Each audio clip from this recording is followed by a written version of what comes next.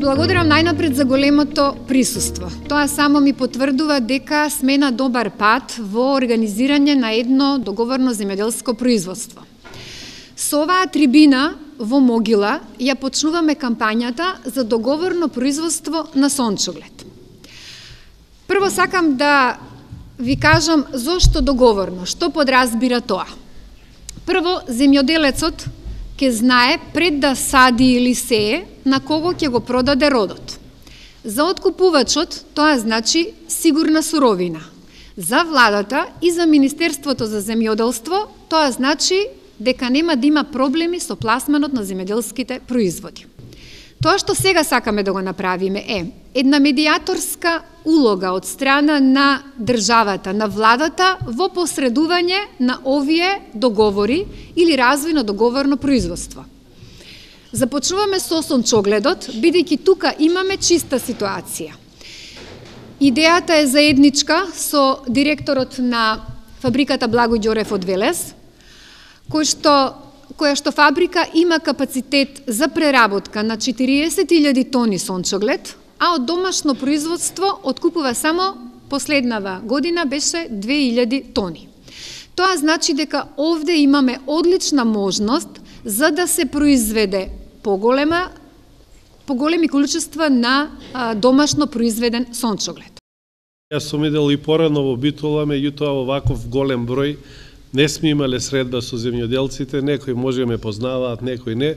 Меѓутоа тоа не е битно, значи јас како директор на единствениот производител на масло од сончоглед во Република Македонија, гледајќи на телевизија како земјоделците се жалат, никој не им откупува, не знам, пченица, не знам ова, секогаш се прашува зошто луѓето не сеат сончоглед кога ние сме тука и сме спремни да го откупиме целиот род од Република Македонија. Згоре на тоа, кога назад ќе се вратам од млади години, да кажам, јас како ученик, кога во фабриката цели редици камиони имало со сончоглед, стално се прашував зошто едноставно нема сончоглед во Република Македонија. Значи, нема затоа што вака во разговор со земјоделците прво се незадоволни од цената која ја нуди фирмата. Да бидам искрен, фабриката не може да понуди повисока цена отколку што ја нудат цените во соседството Бугарија и Србија. Вие сами знаете дека маслото српско е многу поевтино од македонското. И одма ви е јасно се, ако ние дајме повисока цена, автоматски сме неконкурентни на македонскиот пазар, а не пак да зборуваме за извоз. Значи, фабриката е доведена, да речем, во таква ситуација, ако не е увозот на сончоглед од соседните земји кои ние го увезуеме, фабриката би се свела на тоа или да рафинира, или пак да зимаме и ние од Србија и да правиме само трговија.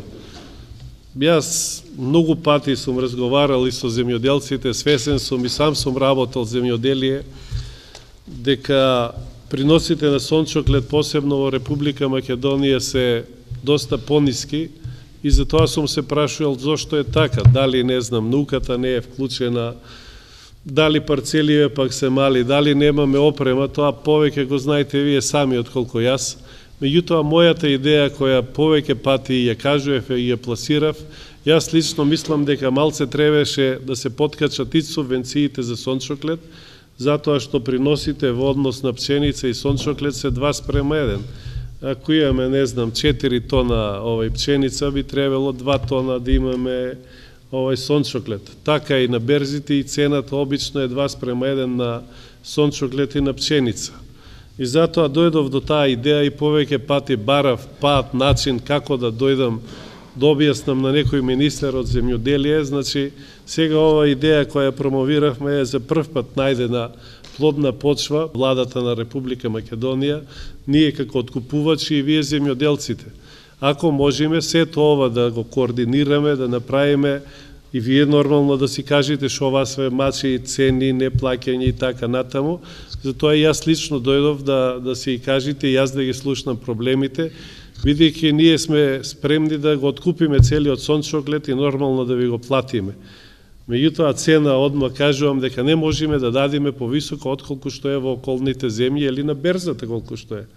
Затоа што и ние би пропаднале.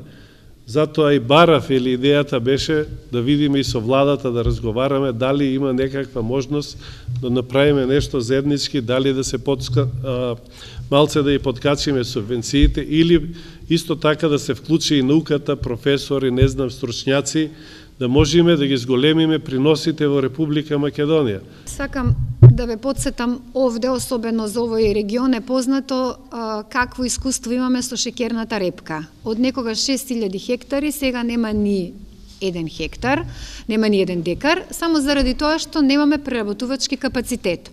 Од тука нашата голема шанса и можност за да имате вие сигурен пласман, а и да го намалиме трговскиот дефицит, да не се одлеваат толку средства за девизи, за нешто што можеме дома да го произведеме, сончогледот е наша реална можност.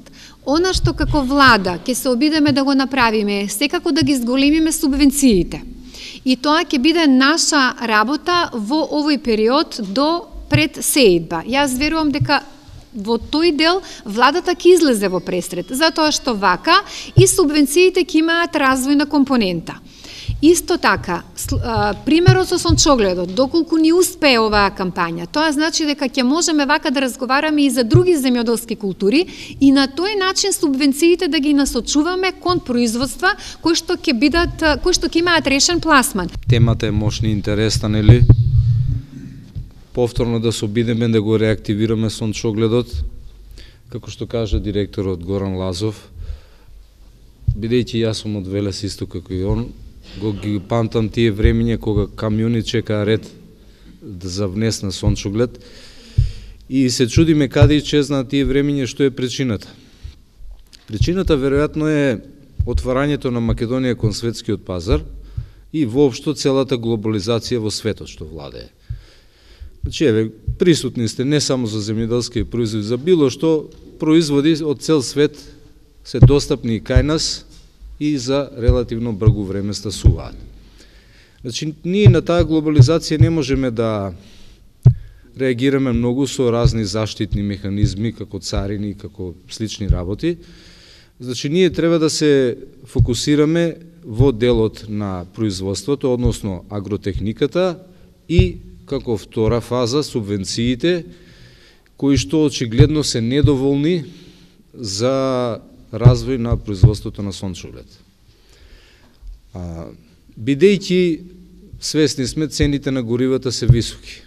За Македонија кој сиромашна земја, ова е висока цена на дизел горивото, па и на другиве горива воопште. Високи се цените на другите репроматеријали, вештачките ѓубрива, кои се како главен инпут, нели, во агротехниката. Многу јасно дека сите производители штедат. Значи ги намалува бројот на орањата, површината не се спрема како што треба, оној оранечен слој не е доволно измешан, ѓубриво малку фрлено или воопште, да не зборуваме за хербициди, и сето тоа у крајен резултат дава низок принос и низок квалитет со мала масленост. Не е само приносот проблем, него и масленоста треба да се одржи на некој ниво. Еве неколку пати се среќаваме и ги анализираме тие работи и дојдовме до заклучок дека спрема некои просечни калкулации што сме ги правеле, дека едва и се покрива производството на сончоглед, нели? Према овој наш принос ние тука што го имаме, нели, аналогно на инпутите, односно на трошоците што ги правиме.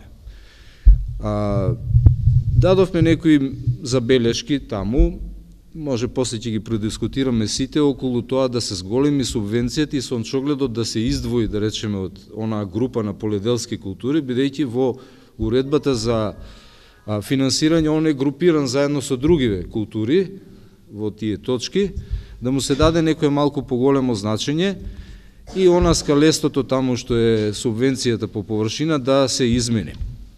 Многу е очигледно дека економичноста на сончогледот е во големи површини. Значи не треба да правиме да се занесуваме со 5 декари 1 хектар сончоглед, повеќе треба, десетици хектари, па да има некоја рентабилност. Со 5 декари половина сончогледот врапците ќе ни го изедат. Значи тоа мора да биде голема површина, да биде блок. и да имаме напад од птици, у крајен случај они ќе изедат по кревите, средината ќе остане. Неле? Значи, и нормално треба да се применуваат квалитетни сорти, кои ние сега за жал во Македонија немаме македонски сорти, но за среќа има добри сорти, хибриди од Србија, од Хрватска, па може и од Бугарија нешто се донесе, така да кои имаат висок принос и добар квалитет на масло и други компоненти. Семињата од Нови Сад се веќе познати на нашиот пазар. Значи, ова кампања на владата е за поздравување, али јас мислам дека ние ова кампања ја почнавме пред година-две, кога сончолет скоро никаде го немаше на нашите површини. Предпрошла година имавме некои количини за увоз на сончолет, а сега со ова кампања јас мислам дека можеме производството да го зголемиме, пред се приносот да биде многу поголем. За да биде приносот поголем, ние како увозници ќе се потрудиме да одбереме хибриди кои што се најадаптибилни за нашата површина. Тука е професорот, значи, во секој случај мора науката да ја вклучиме. Стоиме на располагање и веќе е договорено, значи ќе се договориме кој период некаде во почеток на февруар ќе одржиме стручни предавања со луѓе кои што се селекционери на сончоледот од Нови Сад, значи како треба да се произведува сончоледот, за да можеме нивниот принос кој што е многу висок, да кажеме 3-3,5 тона, ние ќе бидеме среќни ако можеме да се доближиме до некоја бројка околу 2000 килограми по хектар. Мислам дека сум оптимиста и ако успееме што ни се обеќаат овие стимулации да бидат малку поголеми, мислам дека ќе има перспектива за производство на сончолет. Долги години, односно 12 години работам во Агенцијата за развојот на земјоделството и голем дел од присутните веќе ги знам и познавам и имаме долгогодишно искуство и соработка во делот на земјоделството. Се надевам и натаму ќе продолжи уште посилно и со многу поголема поддршка од страна на Агенцијата за поттикнување на развојот на земјоделството. Значи, во наредниот период се планира да се превземат мерки, односно кампања ќе биде организирана од страна на агенцијата со која што ќе се поддржат производителите на сончоглед, бидејќи знаеме дека сончогледот е многу добра предкултура за пченката и пченицата, односно согласно добрата земјоделска практика која што е битна и е важен сегмент заради исполнување на минималните стандарди. Добро би било замена да биде сончогледот за некоја од пољоделските култури. Тоа би било начелно. Другото ќе му оставам малце простор на земјоделецот Митат да... Добро вечер на сите. Јас веќе имам доста искуство од 2007 година веќе секоја година сеам по 100-120 хектари. Приносот негде зависи према ѓубрењето од тон и пол по хектар до 2 тона. И мислам понатаму со ова кампања да се проширам повеќе до 200 или до 250 хектари. Се надевам дека ова кампања ќе не успеи и мислам дека владата чим е до нас ќе одиме напред. Значи, за да ви се исплати производството, треба да употребите квалитетно семе, да ги извршите сите агротехнички мерки, за да добиете повисок принос од истите површини и на тој начин да ви се исплати цената која што ќе биде пазарна и која што ќе ја нуди откупувачот. Јас сум производител на сончоглед, садев 170 хектари, исто кај директорот во Благој Ѓорев го носев по 270 тони. И сакам нешто да кажам околу сончогледо и сите проблеми што ги имаме. Ние не можеме сончоглед да садиме, после да бидеме субвенцирани до 10 хектари, а професорот вели се шо поќе. Митат ќе насади може 200 хектари, ама за 20 хектари добива 100% субвенции. Другите субвенции се намалува на 50%. Тоа е најголемиот проблем. Значи, идејата ви е добра, се започитова, ама имаме еден голем проблем ние овде. Значи, професорот кажа, не можеме да сејадиме сончоглед 5 декари. Површини ни требат. Значи, комбинатот користи површини огромни и сето производство го користи во биоцентрали. Во Европа тоа не се користи храната за биоцентрали. Пченката или било што.